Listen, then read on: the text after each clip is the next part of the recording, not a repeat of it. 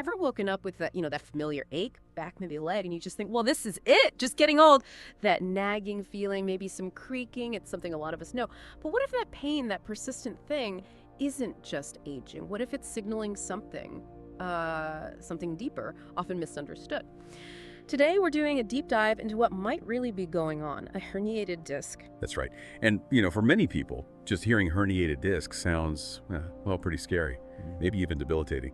So our mission today is really to pull back the curtain on this condition. It's common, but often misinterpreted. It can seriously impact your life, right? Making simple things feel like climbing a mountain. But here's the key thing, I think. Understanding it. Not just what it is, but why it happens, how your body tells you about it. That's step one.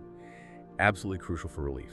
And for this discussion, we're drawing on quite a bit of experience, over 20 years actually, specifically looking at natural, holistic ways of healing, particularly in Vietnamese elder communities. We've seen some pretty amazing turnarounds, things that kind of challenge standard thinking, and we want to share some of that perspective with you. Okay, let's unpack that. Spinal discs. What exactly are we talking about? I think many people picture the spine as just, snacked bones, rigid, but it's way more dynamic. Think about shock absorbers in a car, always flexing, cushioning, allowing movement. Your spinal discs are kind of like that. Soft, gel-filled cushions, right? Between the vertebrae. They let you bend, twist, basically move through life. It's pretty amazing, really. Precisely. They're marvels of engineering, honestly.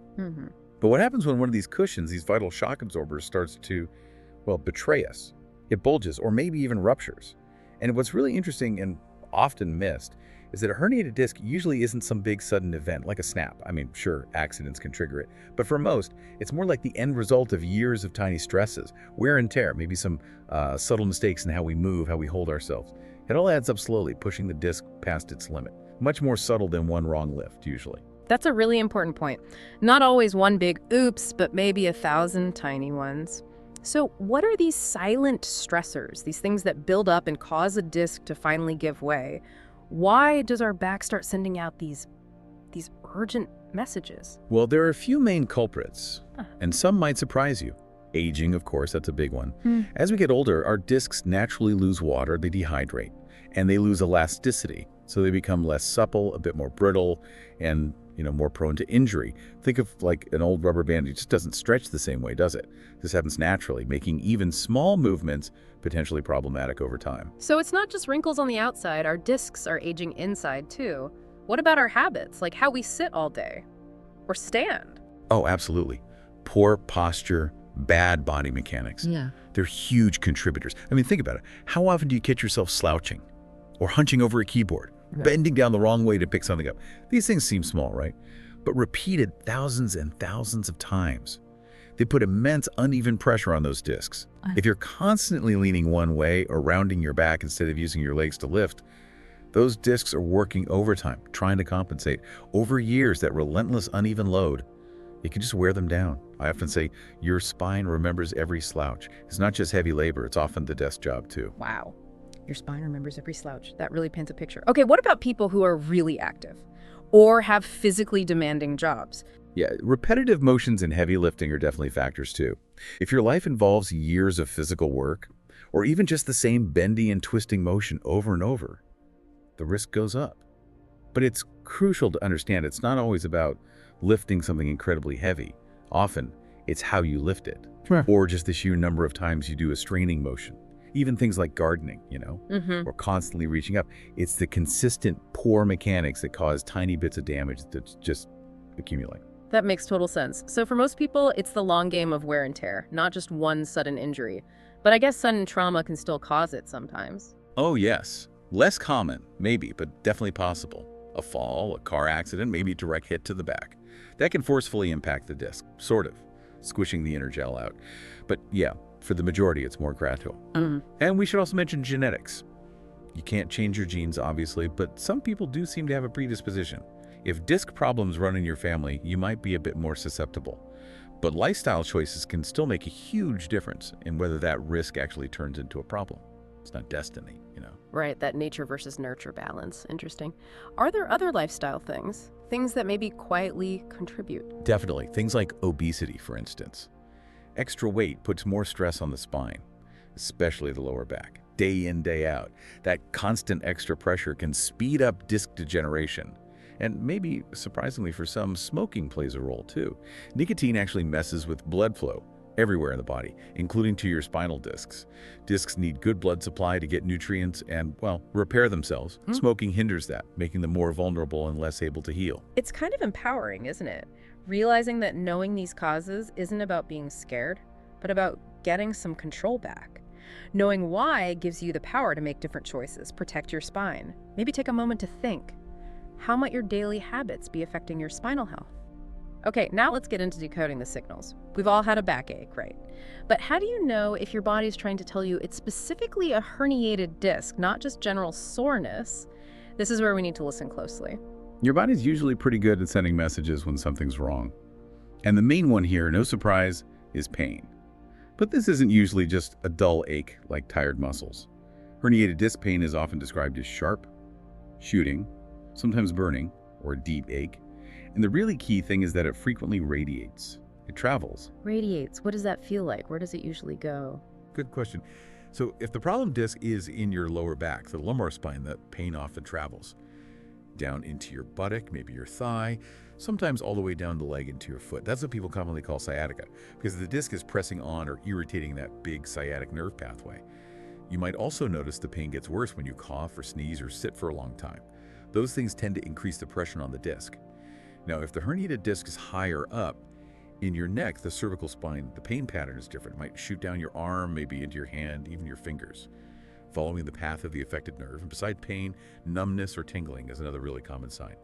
When that disc presses on a nerve, it interferes with the signals, right? So you might feel that pins and needles sensation, the medical term is paresthesia, or just a general numbness in the area the nerve supplies.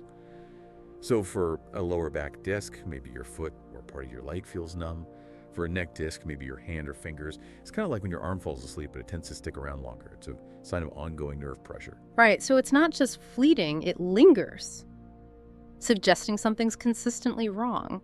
What about weakness? Does that happen too? Exactly. And yes, weakness in the muscles controlled by that pinched nerve is another big clue. You might find it hard to lift the front of your foot. That's called foot drop. Or maybe gripping things feels difficult. Or you might even feel unsteady when walking. It can be subtle at first, but it can definitely get worse and affect your balance and mobility. Imagine trying to stand up on your tiptoes, but one foot just guessed. Doesn't really cooperate. That's a clear sign nerve signals aren't getting through properly. Doctors might also check your reflexes. Diminished reflexes can pinpoint nerve issues too. And though it's rare, we should mention that in serious cases, a very large herniated disc can cause problems with bowel or bladder control. That's a definite medical emergency, needs immediate attention. It's important to remember, though, not everyone gets all these symptoms, right? And the intensity can vary hugely. Some people might have mild discomfort, others are really laid up by it. But the key takeaway here is pay attention. Don't just dismiss pain that persists or gets worse, especially if it's radiating or you have that numbness or weakness. Those are your body's alarm bells. Does any of that sound familiar? Have you noticed any specific sensations like these yourself? Okay, so we've talked causes, we've talked symptoms, decoding the signals. Now let's really shift gears. Let's focus on hope, on healing. Because for many, many people, the road to relief from a herniated disc can definitely start with gentle, natural, holistic approaches. And this is where that wisdom from traditional practices, the insights from working with elders, really comes into play. Absolutely. This is where things get really empowering, I think. First off, let's talk about movement. I know when you're hurting, moving is often the last thing you feel like doing. But maybe surprisingly, gentle, controlled movement is very often your best friend here. Staying completely still for too long can actually make stiffness worse, slow down circulation, and kind of delay healing. Instead, think about gentle walking, short strolls, even just changing positions regularly if you're sitting or lying down. The absolute key is listening to your body. Avoid anything that spikes the pain. Find that edge of comfort. Don't push way past it. That feels so counterintuitive for a lot of people, doesn't it? Just wanting to curl up and rest. So movement as medicine, that's the idea. What kind of specific movements help? Exactly. Movement is medicine here. And targeted exercises can be incredibly helpful. Now, I'm not talking about hitting the gym hard or anything like that. It's more about specific stretches and strengthening exercises. Things designed to gently decompress the spine, improve flexibility, and really importantly, build core strength. Your core muscles, abdominals, and back muscles, they act like a natural corset, you see, providing stability and support for your lower back especially. Think about gentle kneaded chest stretches, pelvic tilts, cat-cow poses from yoga. These movements, done correctly and consistently, can help make space for those nerves, take pressure off the disc. But it's really best to learn these from someone qualified, like a physical therapist, to make sure you're doing them right. Form is key. Okay, next up, the power of anti-inflammatory nutrition. This is huge. So much of what we eat can either fuel inflammation in the body or help calm it down. And for someone with a herniated disc, reducing that background, systemic inflammation is really important. So focus on whole, unprocessed foods. Lots of colorful fruits, leafy green vegetables, healthy fats like those in fatty fish. Salmon's great, packed with omega-3s, nuts, seeds. And on the flip side, try to limit the processed stuff, the sugary drinks, unhealthy trans fats. Those are known inflammation triggers. Even from a traditional standpoint, something simple like warm ginger tea. It's not just comforting, it actually has potent anti-inflammatory effects. It sounds like it's really about treating the whole system, not just zeroing in on the back itself. What about more traditional remedies? Maybe some of those insights from your work with the Vietnamese elders you mentioned. Oh, absolutely. Herbal remedies play a big role in traditional medicine, and they can offer real relief. For centuries, herbs like turmeric curcuma longa and ginger zingiber officinale have been valued for their strong anti-inflammatory and pain-relieving qualities. You can cook with them, use them fresh, or take supplements, though always best to check with your doctor first. Other herbs, like white willow bark, contain compounds similar to aspirin, actually, and can help ease pain. What we often saw in the Vietnamese communities was how these herbs were just part of daily life in teas and soups. Not just a pill you take, but woven into their diet. That consistency probably helps a lot with long-term benefits. But again, really important. Even natural things can interact with medications. So always consult a healthcare professional before starting something new. And please, let's not forget stress management. It's critical. Chronic stress keeps your body in that fight or flight mode, right? Which leads to muscle tension everywhere, including your back. And that tension can seriously ramp up the pain from a herniated disc. Simple practices like meditation, deep breathing exercises, maybe some gentle yoga, these can help calm the nervous system, release that muscle tension. It can even change how you perceive the pain itself. Just 10 or 15 minutes a day of mindful relaxation can make a surprising difference with chronic pain. And finally, maybe consider acupuncture or acupressure. These are ancient techniques involving stimulating specific points on the body. The idea is they can help modulate nerve signals, improve blood flow locally, reduce muscle spasms, and basically encourage the body's own healing mechanisms to kick in. Many patients find significant relief with these methods, not just less pain, but better movement and just feeling better overall. So putting it all together, what does this mean for you listening right now? It means the goal isn't just about covering up the pain, it's about actively supporting your body's incredible natural ability to heal itself. It's definitely a journey, not an overnight fix, and consistency really is the name of the game. Maybe it starts with just a gentle walk today, or adding some turmeric and ginger to your dinner tonight. What's one small, natural step you feel you could take starting today to support your spine and begin that healing process? You know, if you've been living with that nagging, sometimes debilitating pain of a herniated disc, I really want you to hear this.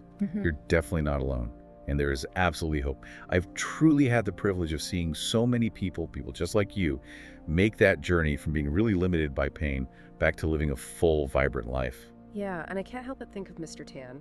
He was this wonderful man, late 70s, who came to us with just terrible sciatica from a herniated disc. He could barely walk without intense pain shooting down his leg. His garden, his passion was completely off limits.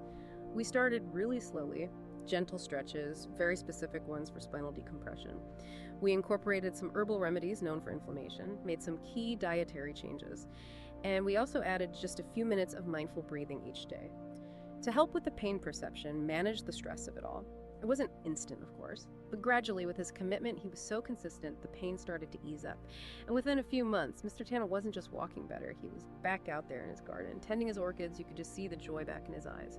His story, it's not some miracle, it's really a testament to how incredibly capable our bodies are of healing when we give them the right support.